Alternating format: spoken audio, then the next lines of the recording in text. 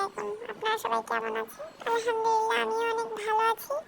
অনেকদিন পর আপনাদের সামনে আবার একটি ভিডিও নিয়ে হাজির হলাম। এতদিন ব্যস্ততার মাঝে তেমন একটা ভিডিও করা হয়ে ওঠেনি। প্রচুর ব্যস্ত ছিলাম। রোজা, ঈদ সব মিলে, শাশুড়ি অসুস্থ, সবকিছু মিলে আমার অনেক ব্যস্ত সময় কেটেছে এবার। আলহামদুলিল্লাহ রোজাগুলো করতে পেরেছি, সুস্থ ছিলাম, এটাই আল্লাহর কাছে লাখ লাখ শুকরিয়া। খুবই আফসোস লাগে জীবনে যে কতগুলো রোজা করিনি তা গুণে শেষ করা যাবে না। আসলে হয়েছে কি, ছোটবেলা থেকে আমি মানসিকভাবে শারীরিকভাবে অনেক দুর্বল ছিলাম, যার কারণে আম্মু ভয় পেত। এই ভয়ে ভয়ে আর কখনো রোজা করা হয়ে ওঠেনি। জানি না আমি রোজাগুলোর জন্য কি ব্যবস্থা নিব। হয়তো কোনো ভালো আলেমের কাছে শুনে তারপর কাফারার ব্যবস্থা করতে হবে। তাছাড়া তো এখন আর কোনো উপায় নেই।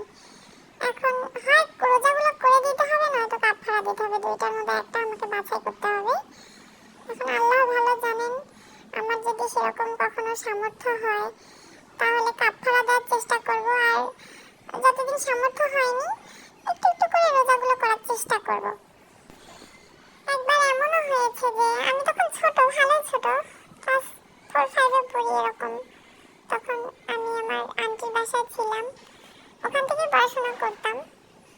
তো এরকম রোজার মাসে আমি রোজা রেখে স্কুলে গিয়েছি। তো দুই একটা ক্লাস করার পর হঠাৎ করে আমার শরীর এত দুর্বল, আমি তো কখনো রোজা করিনি, যার কারণে ওইটা আমার উপরে খুব খুব খারাপ একটা ইফেক্ট পড়েছিল, যার কারণে আমি তো সহ্য করতে পারিনি। ওখানে একবার আমি মাথা ঘুরে পড়ে গিয়েছিলাম। আমার বান্ধবীরা আমাকে ধরে ধরে মাথায় পানি টানি ঢেলে টেলে সুস্থ করছিল। পরে আবার একটা ক্লাস করছি, করার পর যখন দেখলাম যে না আবার শরীর খারাপ করতেছে, খুবই খারাপ অবস্থা। আমার স্কুলটা একদম বাড়ির পাশেই, আমার আন্টির বাসার পাশেই। তো ভাবলাম যে আমি বাসায় যাই কোনো রকম করে হেঁটে হেঁটে, বান্ধবীরা এখন ব্যাগ জুতা এগুলা পৌঁছায় দেবে। তো যেই ভাবা সেই কাজ, হাঁটলাম, বের হইলাম।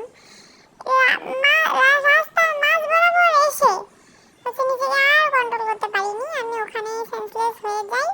তো ওখানে আমার আন্টিদের বাড়ির পাশে এক আন্টি, উনি আমাকে ওই অবস্থা দেখে ফেলে।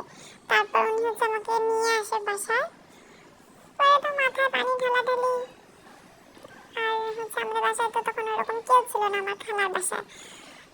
তো এরকম আমিও রোজা ছিলাম শখ করে, তো ভাত টাত কিছুই ছিল না, বিস্কিট টিস্কিট ছিল। এখন আমার জ্ঞান ফেরার পর আমি বলতেছিলাম যে আমি ভাত খাবো, আন্টি আমি ভাত খাবো। পরে যে আন্টি পাশের বাসা থেকে ভাত নিয়ে এসে আমাকে সেই ভাত খাওয়ায়, তারপর আমি সুস্থ হই।